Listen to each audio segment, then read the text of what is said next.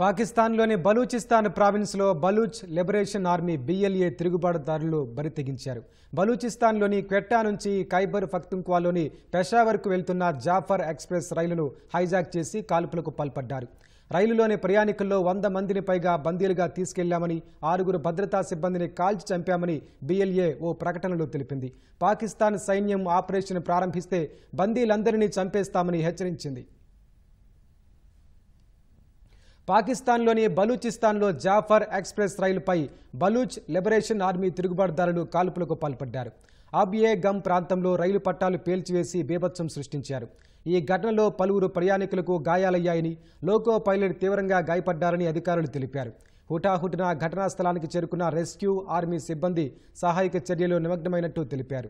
కాల్పులు జరిగిన ఎక్స్ప్రెస్కు 9 బోగీలు ఉన్నాయని, మొత్తం 500 మంది ప్రయాణికులు ఉన్నారని తెలుస్తోంది.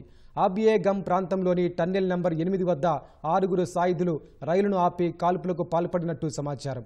కాల్పులకు పాల్పడింది తామేనని బలూచ్ లిబరేషన్ ఆర్మీ ప్రకటించింది. ప్రయాణికుల్లో 100 మందికి పైగా తమ అదుపులో ఉన్నారని పేర్కొంది. తమ కాల్పులో రైలులోని 6 భద్రతా సిబ్బంది మరణించారని తెలిపింది.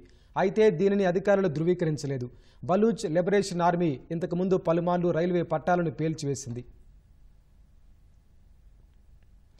పాకిస్తాన్లోని బలూచిస్తాన్ ప్రావిన్స్ ఆఫ్ఘనిస్తాన్, ఇరాన్ సరిహద్దుల్లో ఉంటుంది.